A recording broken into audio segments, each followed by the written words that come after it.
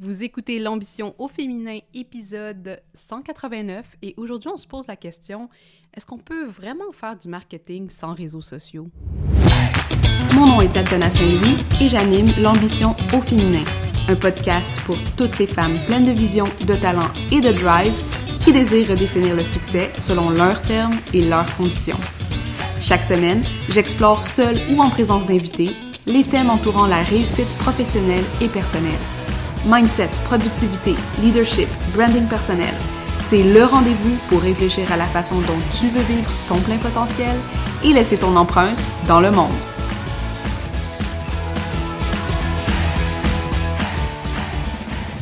Salut les ambitieuses, j'espère que vous allez bien. Aujourd'hui, je vous partage un Instagram live que j'avais fait en début d'année à propos d'une question qui est vraiment, je pense, dans tous les esprits, qui est, si on veut se désinvestir un peu des plateformes exploitatives comme Meta, comme TikTok, bref, les plateformes de réseaux sociaux qui semblent vraiment utiliser notre travail aspirationnel, notre attention, notre énergie cognitive pour faire des profits sur notre dos sans nécessairement nous aider à avoir la visibilité dont on a besoin et tout ça. Est-ce que quand même c'est viable de s'en départir? Est-ce que c'est juste un move de privilégié que de pouvoir tourner le dos à ces plateformes-là? Qu'est-ce qu'on peut faire pour se protéger de notre dépendance aux réseaux sociaux aussi? Puis vous allez voir, j'adresse certaines de ces questions naturellement dans ce live et c'est quelque chose qui a beaucoup influencé la direction des programmes sur le marketing de contenu que j'ai développé depuis. Notamment, j'avais fait une mise à jour de mon programme phare Money Brand en Money Brand Gamma. Vous allez entendre qu'à un certain moment dans l'entrevue, je parle de Money Brand Gamma.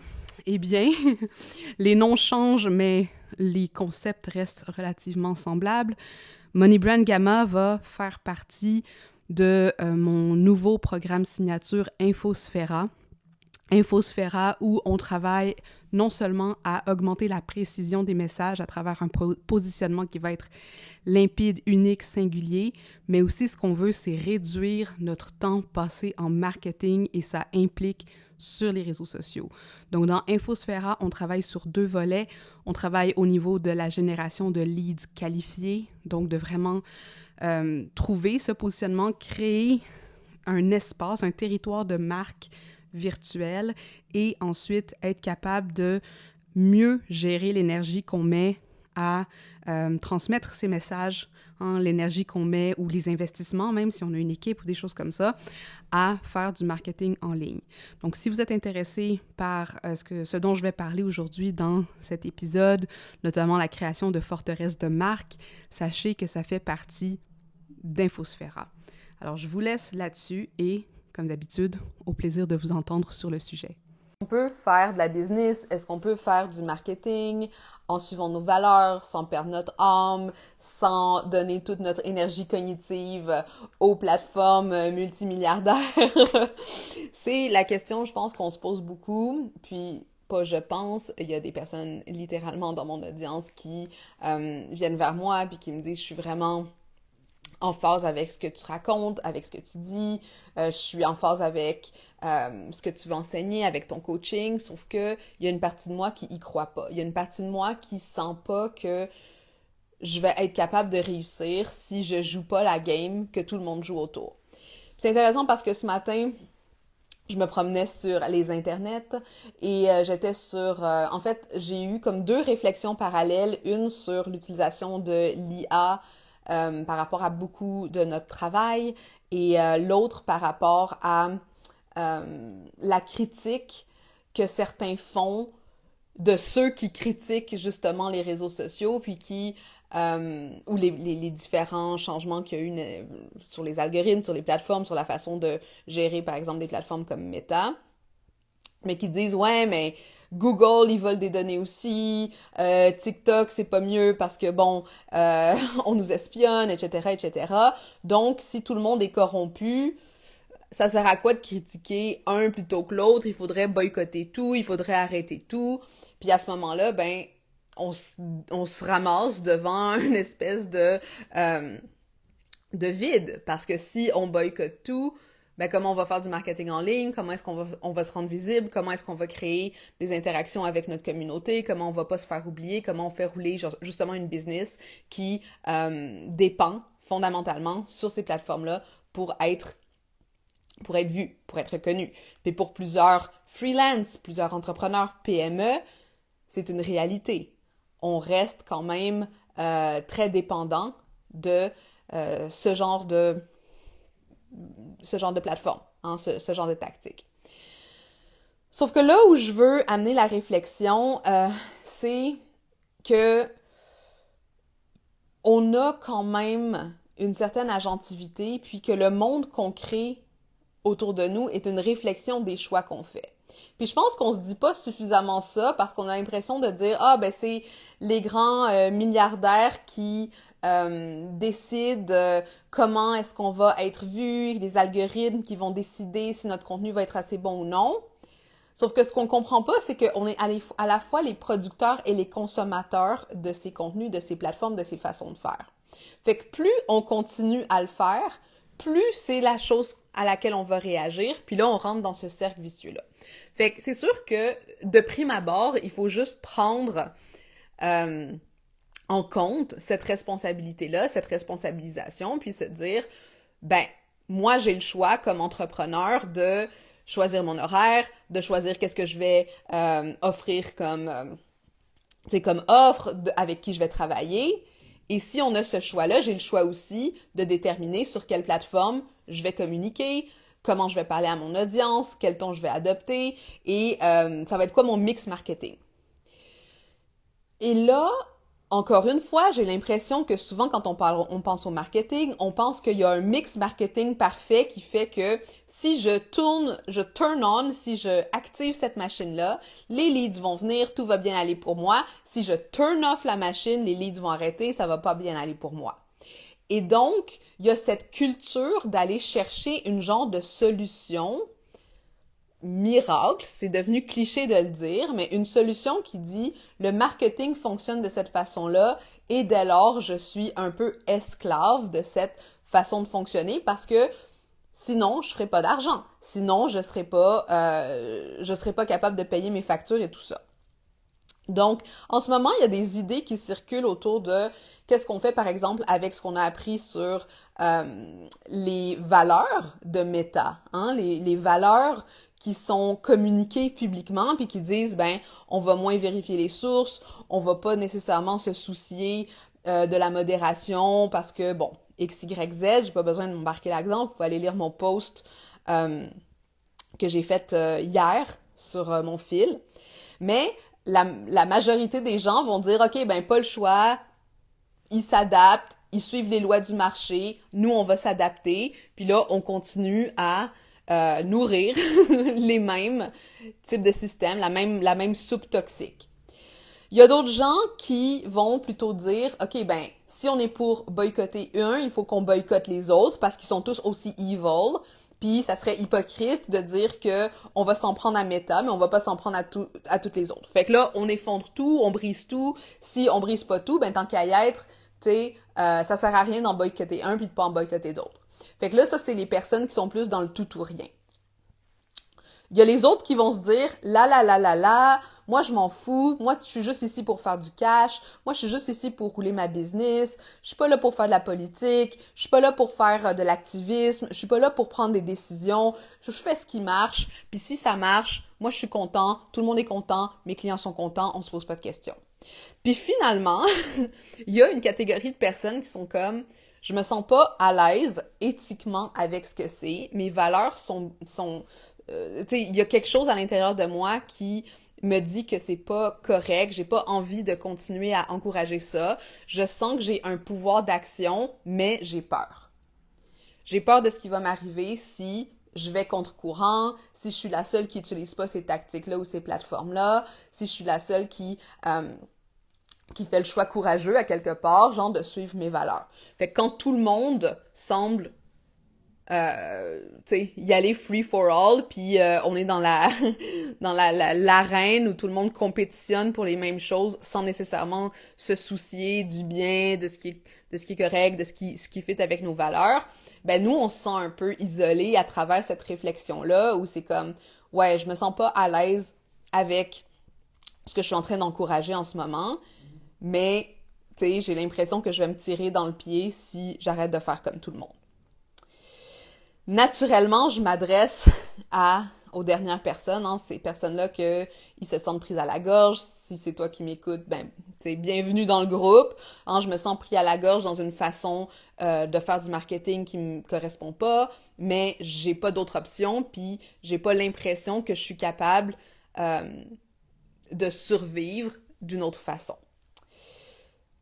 Donc là, la question, c'est est-ce qu'on peut transitionner vers un marketing qui est moins extractif, un marketing qui est plus conscient, un marketing qui va pas nécessairement encourager constamment cette surproduction et cette surconsommation de contenu, mais aussi des pratiques qui sont délétères pour certains groupes sociaux et qui encouragent, tu sais, genre ça, c'est sans même parler, genre, de comment ces plateformes sont créées, qui sont pour aller créer des boosts de dopamine dans notre cerveau pour qu'on soit addict. Tu sais, c'est des plateformes addictives.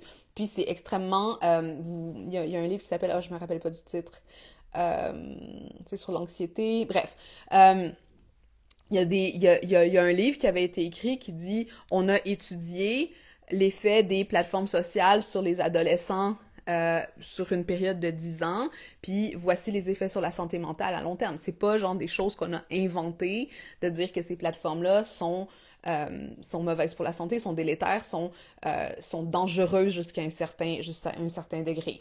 Puis là, avec ce qu'on voit avec les dernières annonces, ben on voit aussi que il va y avoir de moins en moins de contrôle, de moins en moins de modération, de moins en moins de vérification.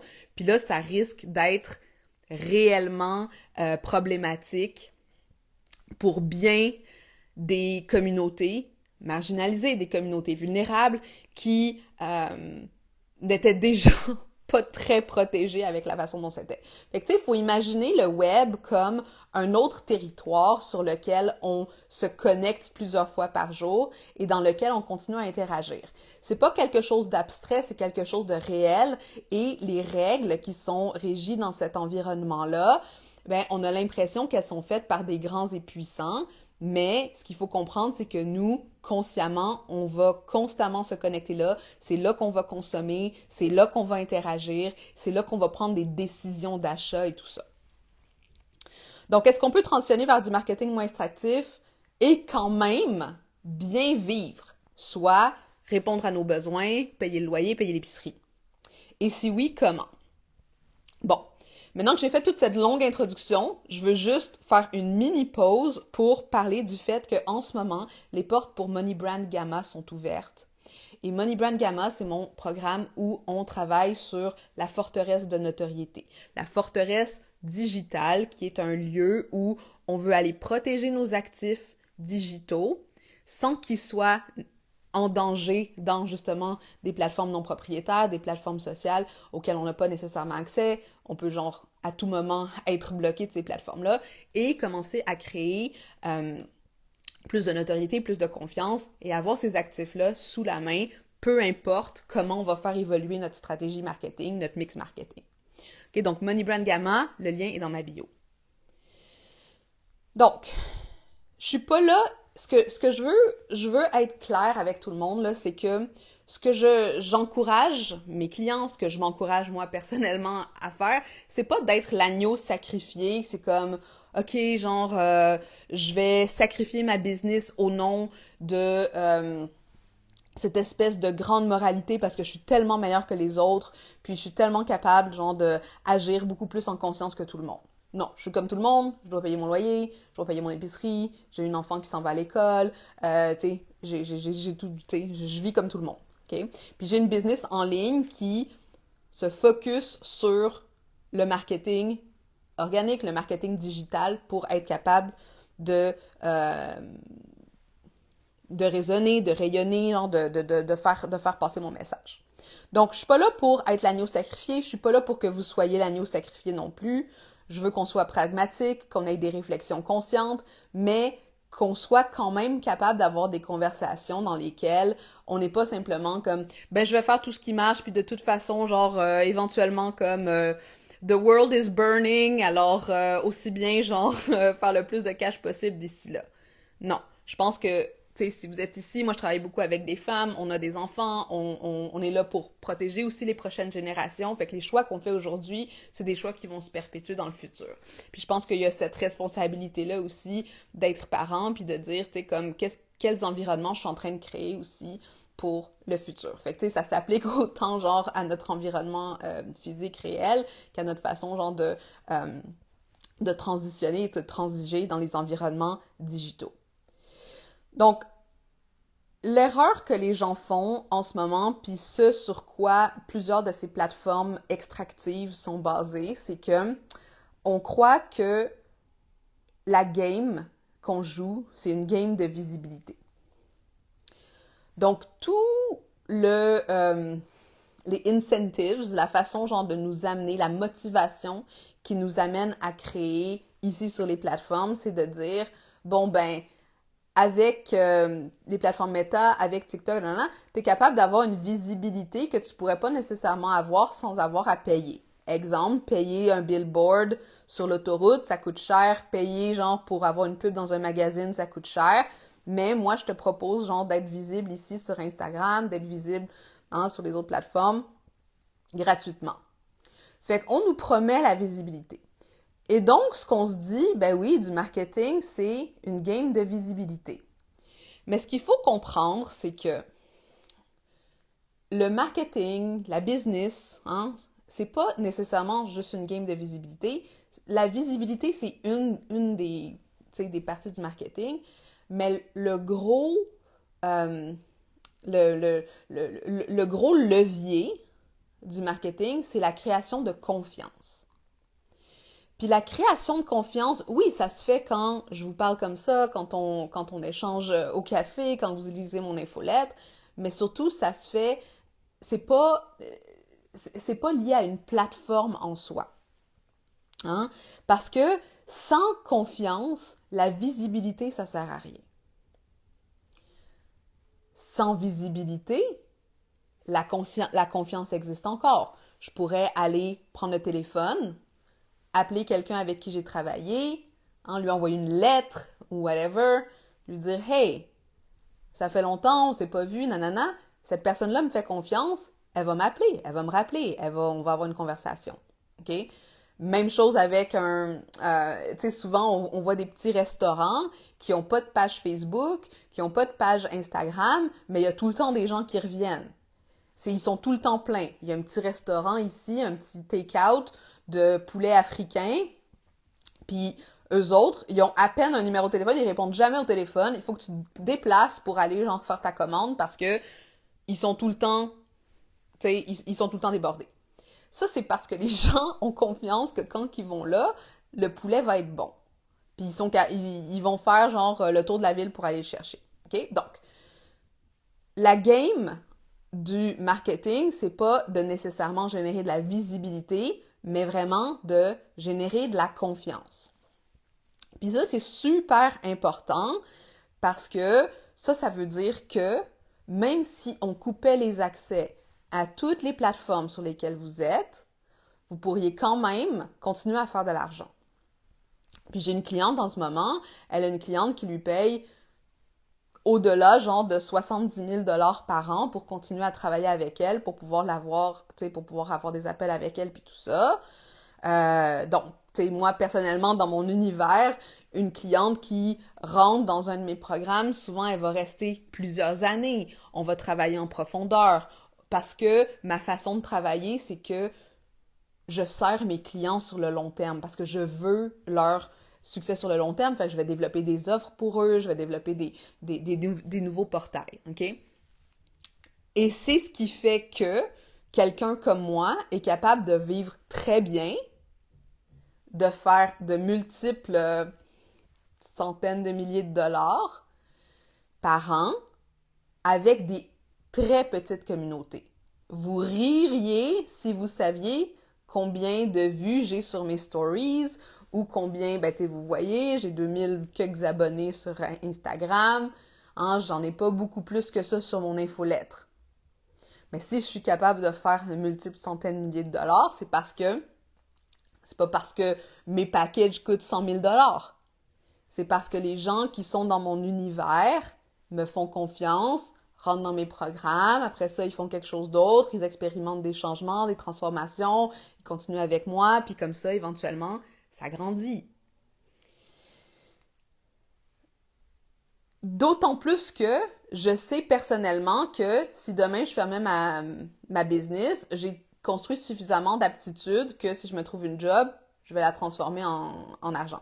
Fait que tu sais, d'un côté, c'est comme, oui, je comprends, genre, comme, faut être vu, faut se mettre devant notre audience, c'est sûr, ça fait partie de la game.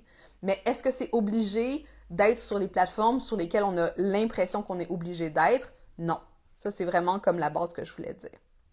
Parce que si on construit un business sur nos skills, sur notre crédibilité, sur notre nom, sur les transformations qu'on offre, les plateformes deviennent accessoires. Ça devient des lieux où on peut aller échanger avec notre communauté, des lieux où on peut aller mettre nos petits billboards sur nos pages, des repositoires d'informations. Si quelqu'un me trouve sur Facebook, ils vont trouver ma page Facebook, ils vont voir l'image sur le top, puis après ça, ils vont cliquer. J'ai pas besoin d'être là puis de publier à tous les jours. Même chose, vous pourrez avoir un Instagram, c'est juste 6 publications, mais super bien stratégisées. Votre lien mène vers votre site web, il y a une seule offre, les gens, ils voient le site, ils sont contents, blablabla. OK? Fait que je pense qu'il y a comme une notion ici de mal comprendre à quoi nous servent les réseaux sociaux. Hein? Et on a l'impression qu'il faut être constamment devant les gens pour, après ça, qu'ils se rappellent de nous, qu'ils ont envie de nous parler. Fun fact, ce matin, j'ai reçu un message sur LinkedIn, puis c'était une personne avec qui j'avais pas parlé depuis 2018. J'avais écrit un article de blog sur elle, puis blablabla, en tout cas, bref. Et elle est venue m'envoyer un message, puis elle m'a dit, hier soir à 11h45, je pensais à toi, 11h45 du soir, je pensais à toi, il y a une publication très spécifique que tu avais écrite, et j'aimerais ça la lire encore. Est-ce que tu peux me l'envoyer? Puis j'étais comme, holy shit, genre, tu sais, comme, avoir quelqu'un qui pense à toi, comme, c'est une publication qui datait de 2021, ça fait comme 4 ans maintenant, fait que, tu sais, ça, c'est de l'impact. Ça, c'est quelque chose qui continue à vivre, puis qu'on pourra jamais m'enlever, parce que ça vit chez les autres. Est-ce que ça était obligé d'être fait sur Instagram? Non. Ça pouvait être un courriel que j'ai envoyé. Ça pouvait être un épisode de podcast que j'ai enregistré, une entrevue que j'ai donnée à la radio, ou peu importe. OK? Fait que c'est agnostique de toute plateforme. Puis ça, il faut vraiment comprendre pour être capable après ça de pouvoir s'en dissocier. Parce que le but ici, c'est d'arrêter de sentir qu'on est pris à la gorge, pris dans une petite cage, puis qu'on peut pas bouger.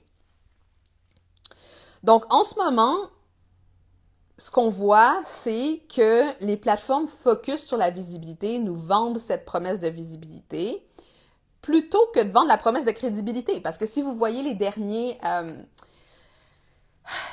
annonces, tu sais, qu'est-ce que ça veut dire d'enlever le fact-checking? Qu'est-ce que ça veut dire d'enlever de la modération? Ça veut dire que le contenu qui va être partagé va être de moins en moins crédible, puis il va être encore plus garbage, tu sais, dans le sens que s'il n'y a pas de modération, il va avoir de la hate, il va avoir genre du n'importe quoi, il va avoir comme, bref.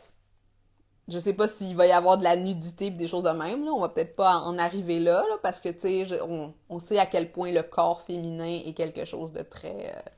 tu sais, je veux dire, en ce moment, ils censurent les œuvres d'art, mais ils censurent pas le hate speech. Bref, on s'embarquera pas là-dedans.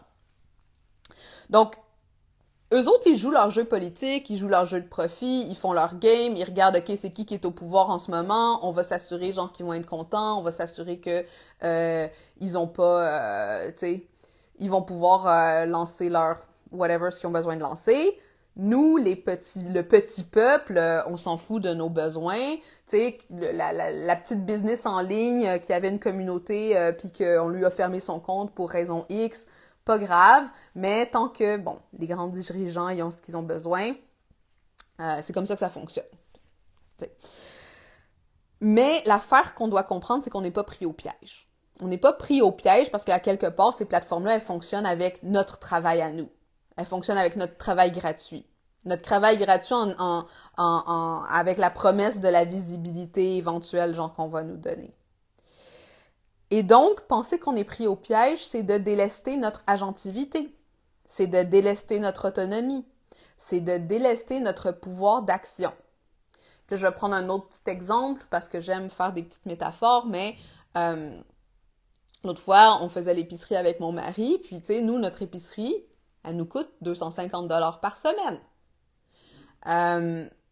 250 $ par semaine pour 2 adultes puis un enfant qui mange presque rien, ok? Puis ça, c'est parce qu'on a fait, moi personnellement, c'est moi qui l'ai poussé, là, on a fait un choix de manger bio. De manger le plus non transformé, de manger le plus local possible, fait que ça coûte plus cher, puis là, il y a la récession, blablabla. Mais tu sais, c'est sûr que des fois, on va aller à l'épicerie, puis mon mari me dit, mais check, genre, le poisson de cette poissonnerie-là, il est genre 2 fois plus cher que le poisson de cette poissonnerie-là. Mais moi, je suis comme, ouais, mais on a pris la décision de, tu sais, dépenser plus pour faire ça, puis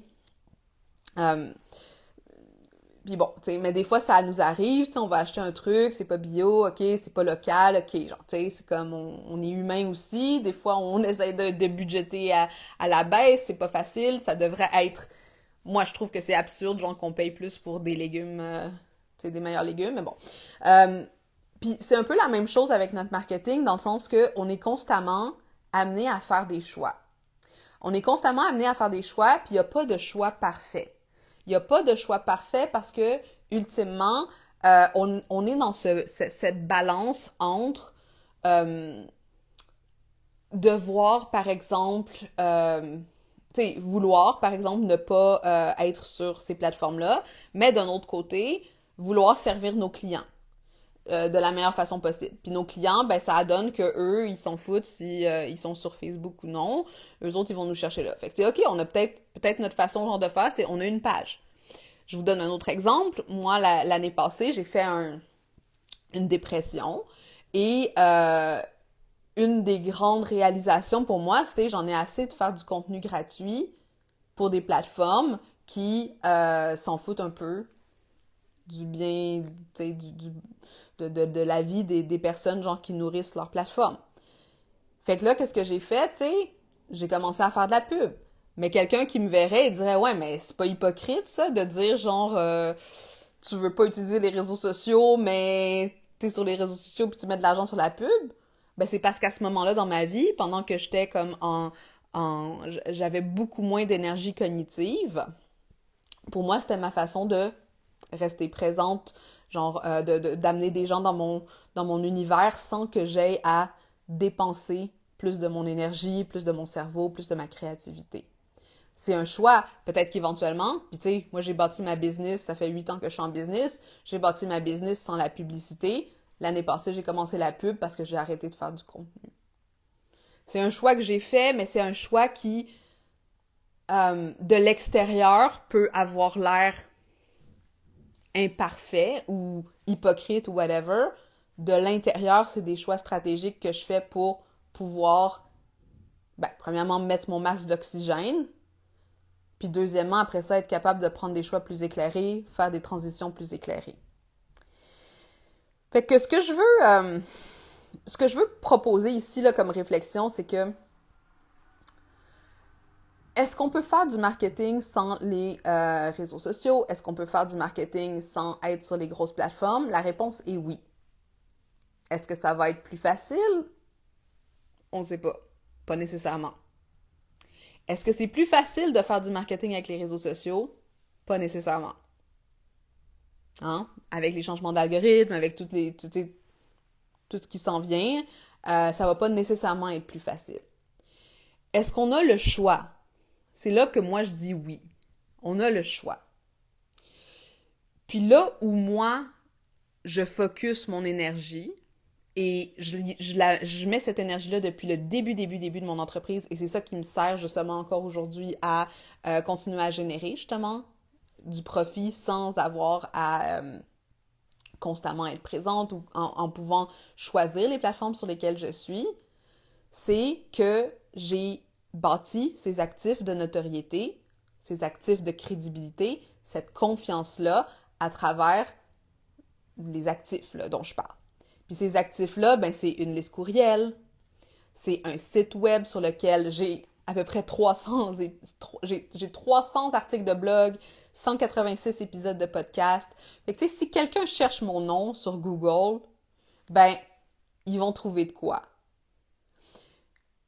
Là, on peut dire, oui, mais Google aussi, c'est mauvais, genre, fait que tu devrais boycotter Google, non, faire du SEO.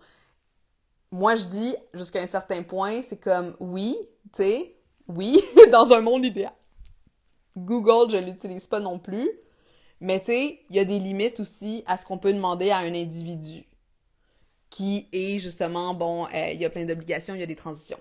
Fait que tu sais, un mix marketing, ça se fait individuellement. C'est pour ça que c'est vraiment important, genre, de comprendre ça, c'est qu'un mix marketing, c'est individuel. Ceci dit, il y a des actifs marketing qui sont bons pour tous. Puis ces actifs-là, comme j'ai dit, tu sais, le networking de contenu, une infolettre, une plateforme où est-ce qu'on peut partager nos pensées sans être censuré, où est-ce qu'on a l'espace pour justement faire du thought leadership, et des plateformes propriétaires surtout, tu sais, puis d'avoir justement des séquences puis des écosystèmes d'offres qui font du sens où on bâtit ça sur notre crédibilité, on bâtit ça sur nos skills et éventuellement, ben, on construit genre des business comme ça. Donc, on investit dans ce qui fait du sens pour nous, mais aussi avec une vision de qu'est-ce qui fait du sens pour nous sur le long terme. Puis là, en ce moment, ce que je sens, c'est que les gens y investissent beaucoup sur le court terme en se disant comme « Ah, j'ai besoin de faire de l'argent là, maintenant, tout de suite, avec zéro skills, avec zéro crédibilité, avec zéro following. » Fait que, tu sais, c'est sûr qu'il faut que je devienne virale si... Tu sais, c'est la seule option, tu sais.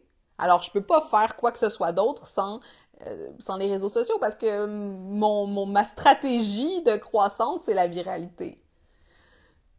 Mais moi, ce que je dis, c'est qu'il y a d'autres façons de faire. C'est des façons qui sont plus long terme, naturellement, mais qui vont payer sur le long terme aussi. Puis ces stratégies-là, ben c'est ce qu'on regarde dans Money Brand Gamma, c'est ce qu'on va créer ensemble, ces actifs-là, on va les regarder ensemble, on va s'assurer qu'ils sont en phase avec votre entreprise, on va s'assurer qu'ils sont en phase avec votre positionnement, votre ton, etc. Mais tu sais, ce que je veux aussi vous rappeler, c'est qu'il n'y a pas de stratégie parfaite que turn the switch on, ça arrive, turn the switch off, ça arrête. Ça, là, il faut juste arrêter, genre, de penser à ça. Puis d'autres choses, arrêter de se considérer comme si je suis pas capable de le faire parfaitement, ça vaut pas la peine.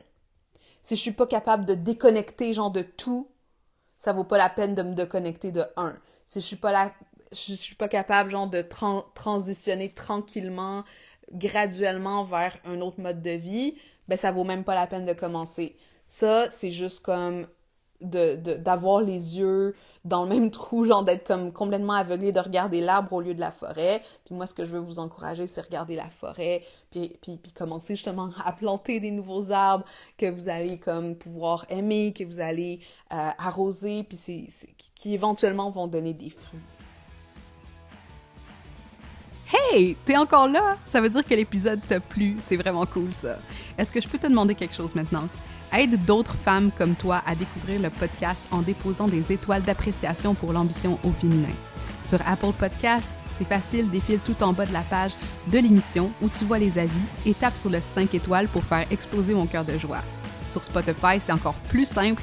Navigue sur la page du balado et tape l'icône en étoile en bas de la description. Merci d'avance, je t'apprécie beaucoup.